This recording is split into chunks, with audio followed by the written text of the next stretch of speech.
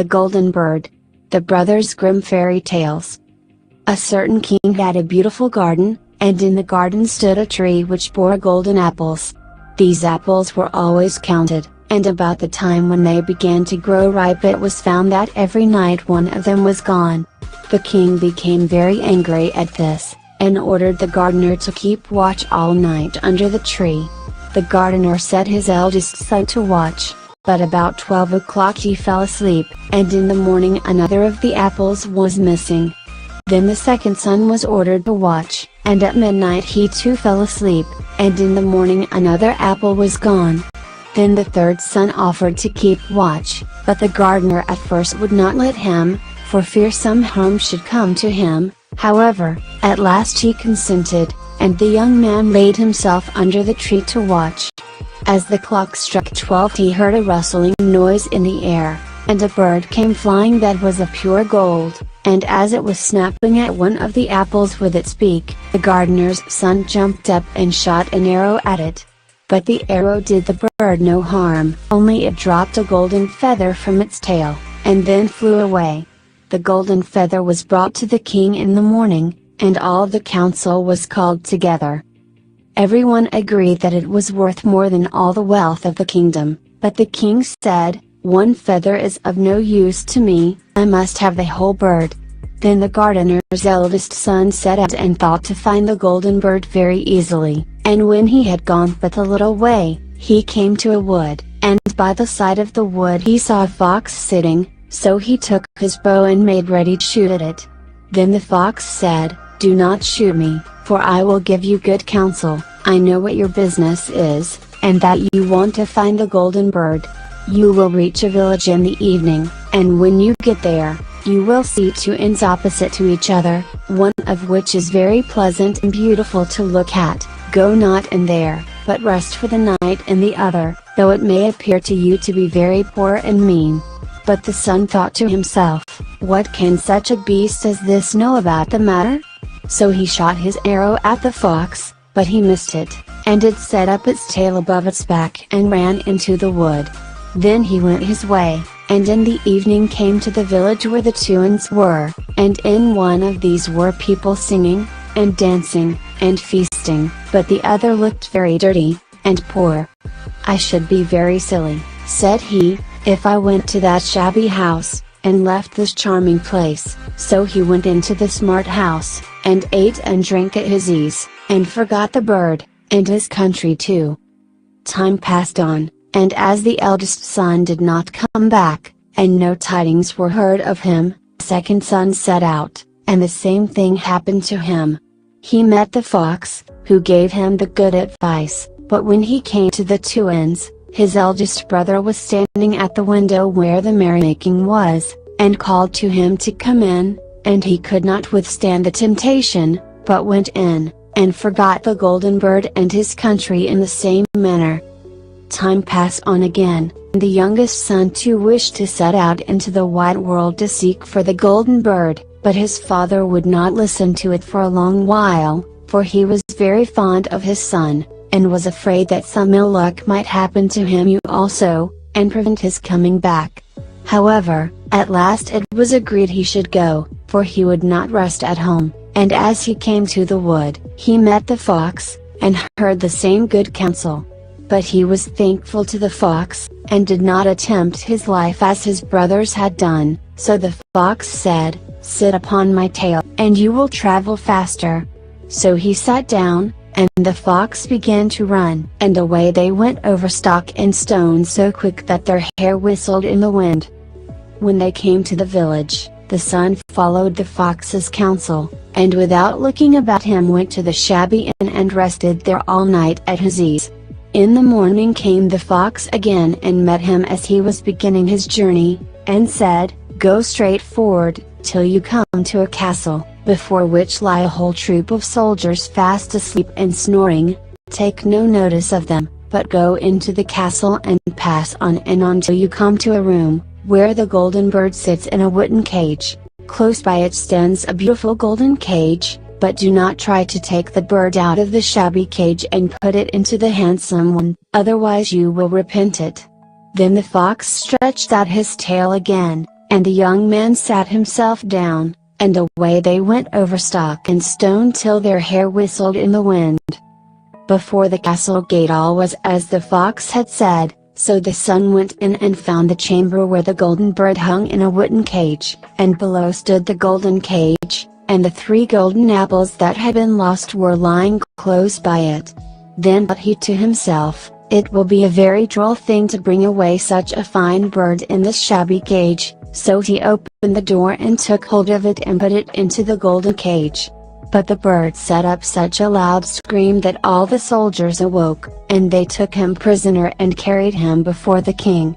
The next morning the court sought to judge him, and when all was heard, it sentenced him to die, unless he should bring the king the golden horse which could run as swiftly as the wind, and if he did this, he was to have the golden bird given him for his own. So he set out once more on his journey, sighing, and in great despair, when on a sudden his friend the fox met him, and said, "You see now what has happened on account of your not listening to my counsel. I will still, however, tell you how to find the golden horse, if you will do as I bid you. You must go straight on till you come to the castle where the horse stands in his stall, by his side will lie the groom fast asleep and snoring. Take away the horse quietly, but be sure to put the old leathern saddle upon him, and not the golden one that is close by it." Then the son sat down on the fox's tail, and away they went over stock and stone till their hair whistled in the wind. All went right, and the groom lay snoring with his hand upon the golden saddle. But when the son looked at the horse, he thought it a great pity to put the leathern saddle upon it. "I will give him the good one," said he, "I am sure he deserves it." As he took up the golden saddle the groom awoke and cried out so loud, that all the guards ran in and took him prisoner, and in the morning he was again brought before the court to be judged, and was sentenced to die. But it was agreed, that, if he could bring thither the beautiful princess, he should live, and have the bird and the horse given him for his own. Then he went his way very sorrowful, but the old fox came and said, "Why did not you listen to me? If you had, you would have carried away both the bird and the horse. Yet will I once more give you counsel. Go straight on, and in the evening you will arrive at a castle. At 12 o'clock at night the princess goes to the bathing house. Go up to her and give her a kiss, and she will let you lead her away, but take care you do not suffer her to go and take leave of her father and mother." Then the fox stretched out his tail, and so away they went over stock and stone till their hair whistled again. As they came to the castle, all was as the fox had said, and at 12 o'clock the young man met the princess going to the bath and gave her the kiss, and she agreed to run away with him, but begged with many tears that he would let her take leave of her father. At first he refused, but she wept still more and more, and fell at his feet, till at last he consented, but the moment she came to her father's house the guards awoke and he was taken prisoner again. Then he was brought before the king, and the king said, "You shall never have my daughter unless in 8 days you dig away the hill that stops the view from my window." Now this hill was so big that the whole world could not take it away, and when he had worked for 7 days, and had done very little, the fox came and said, "Lie down and go to sleep, I will work for you."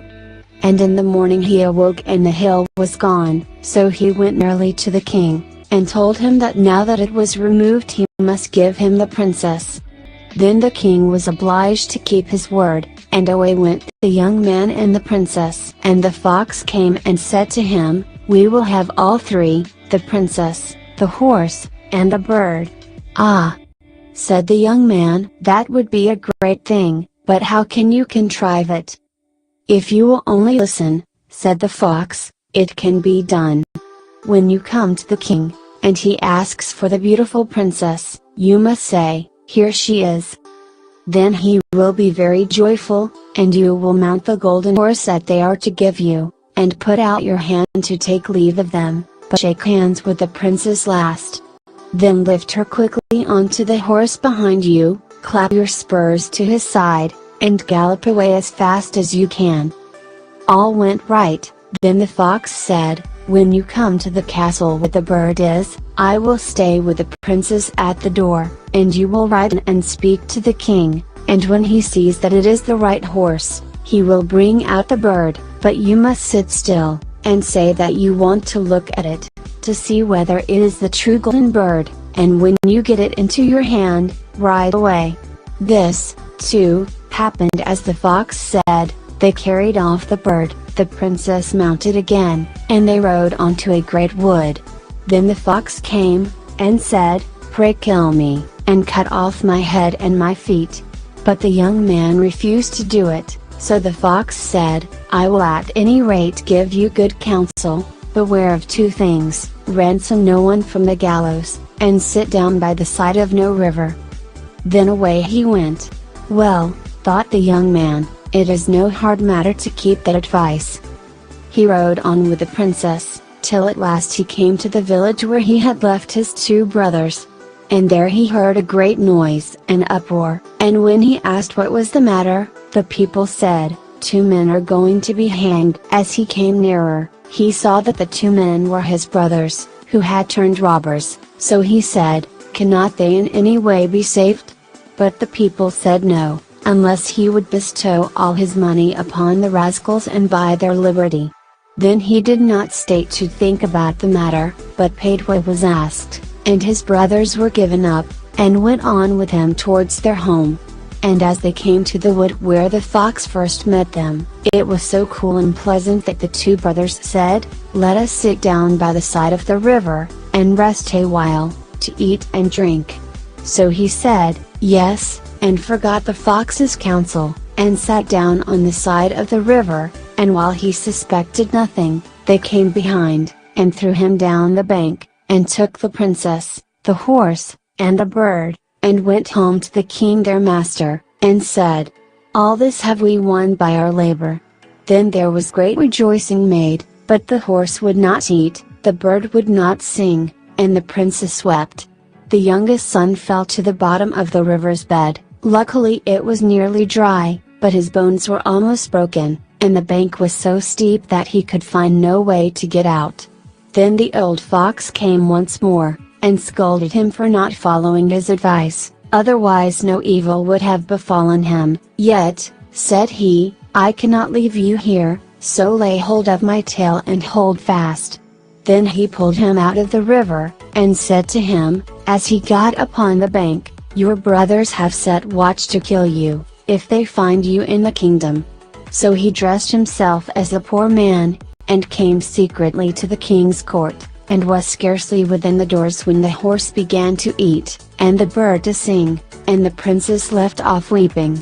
Then he went to the king, and told him all his brothers' roguery, and they were seized and punished, and he had the princess given to him again, and after the king's death he was heir to his kingdom. A long while after, he went to walk one day in the wood, and the old fox met him, and besought him with tears in his eyes to kill him, and cut off his head and feet. And at last he did so, and in a moment the fox was changed into a man, and turned out to be the brother of the princess, who had been lost a great many years. The Golden Bird. The Brothers Grimm Fairy Tales.